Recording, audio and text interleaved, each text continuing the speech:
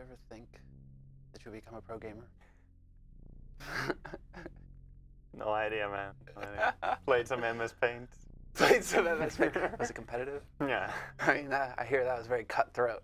Yeah. That scene. Go for it. So, who are you? Oh, my name is Niklas Högström, and I am Wagamama from QPAD. And yeah, I'm just the ordinary Swedish guy. How old are you as an ordinary Swedish guy? I'm 24 years old, and I've been doing a little bit of everything, but now into gaming. I mean, I was in the military, I was studying, I even became a massage therapist, and I've been working as that, and as a bouncer as well. I've been doing all kinds of things, but...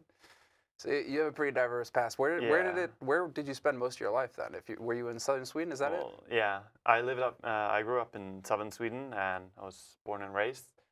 And I just spent all my time pretty much, you know, playing games on my free time. Like, I played a lot of games. I grew up countryside, so I had shit internet, like really bad.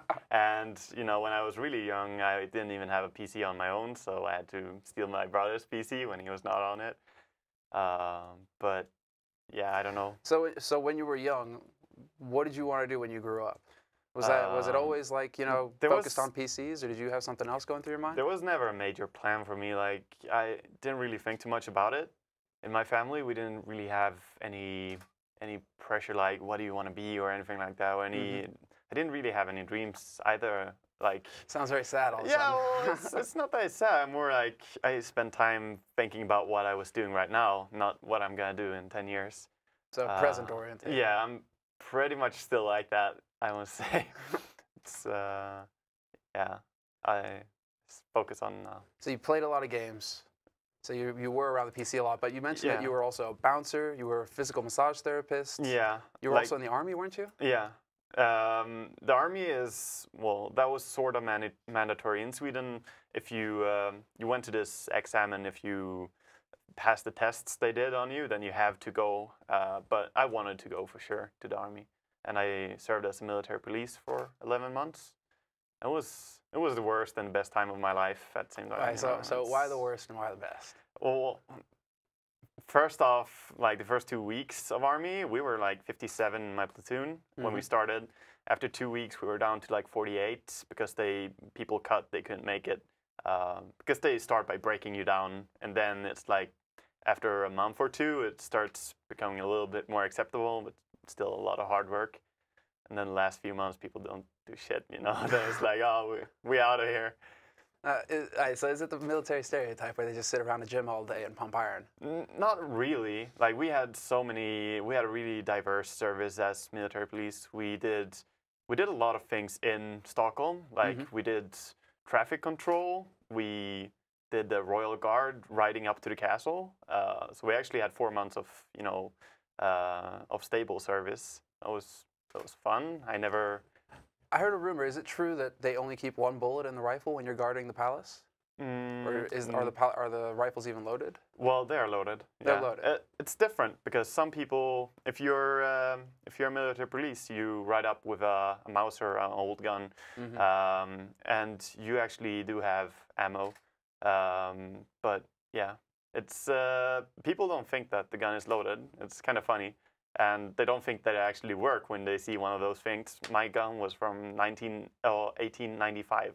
1895? Yeah, some old still shit. Worked. Yeah, we did like real training in the forest with it, like real combat training with it. Works well. It's actually really fun. Damn. Yeah, that was probably quality for you. Yeah, like the thing is, most military service, you just get, you know, here's your AK-5 and you get to train with this. But when we got there, it was like, okay, here's your AK-5, here's your pistol, here's your baton, and here's your, you know, Mauser from fucking 18th century. It was really fun that we got to do so much different things. And then the 4 months of stable service, actually stable service in the military it is still the most dangerous part of Swedish military, because the most dangerous, it's the highest rate of injuries. The horses kick you and like throw you off and bite you. Well, we talked about it. Those horses are bred to kill. Like, they took the meanest, the biggest, and and just paired them up. So this sounds like it was a good, time for you to get ready to become a bouncer, which is what you did after that? Right after military service, I did go and become a bouncer. Or not right after. Actually, I did my massage thing first. You did the massage therapy first? So that was just, I didn't know what to do. I always liked massage. So I was like, okay, let's do it. And after completing that education, I just went down and started working on a beach at a camping in an island southeast of Sweden called Öland.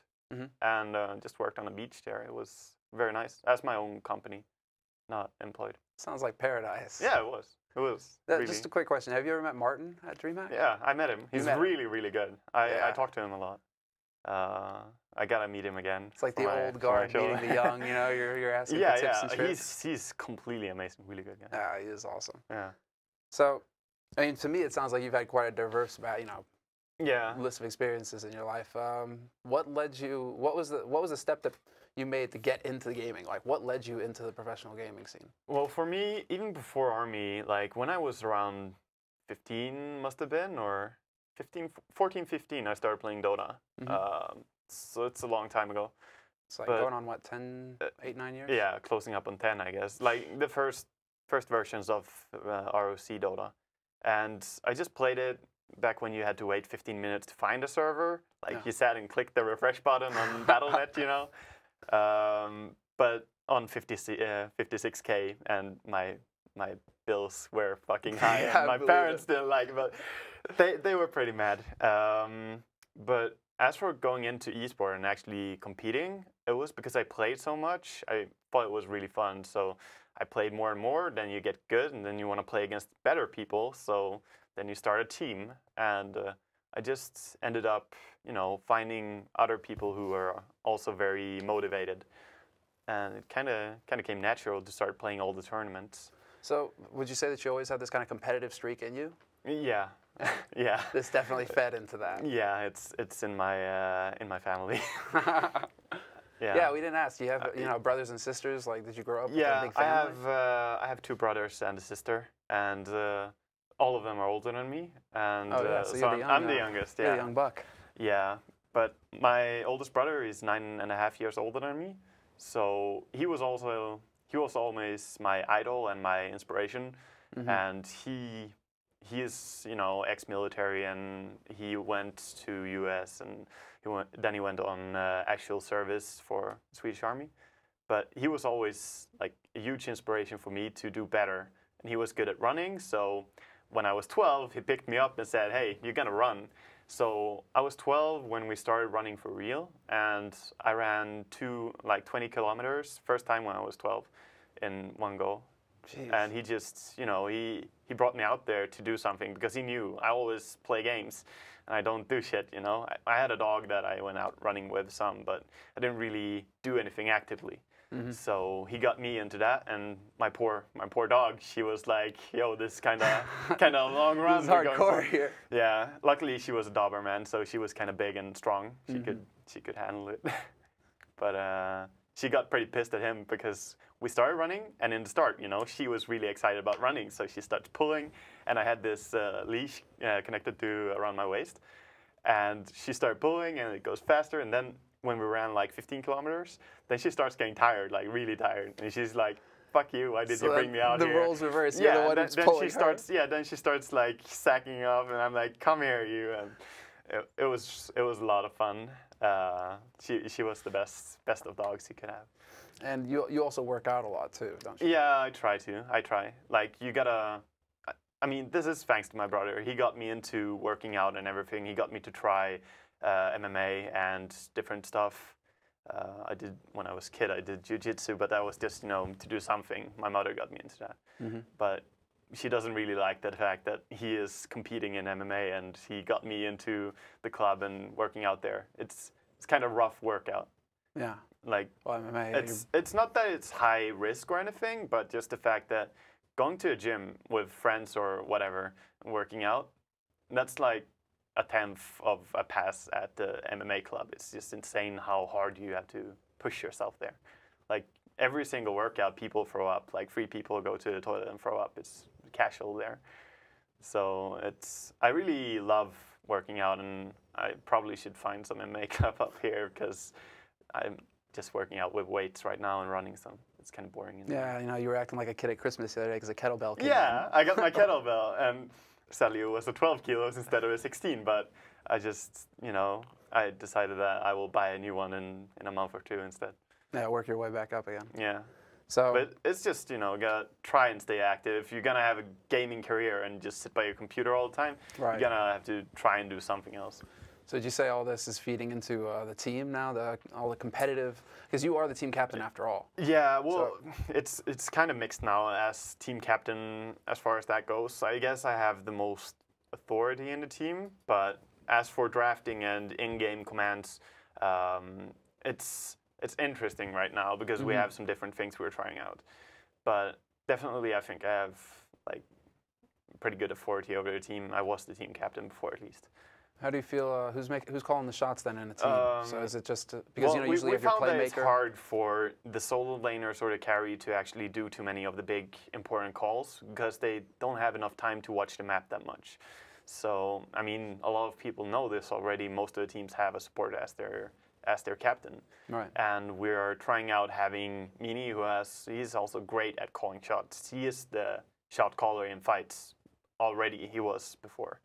And we're trying out just having him as the main shot caller in the fights in the entire game now. Mm-hmm. Do you feel like it's working well? Yeah, I feel it's much more relieving. You know, you can focus more on what you're doing. If you are a solo laner or a carry, you need to have 90% of your attention on your lane, on what you're doing.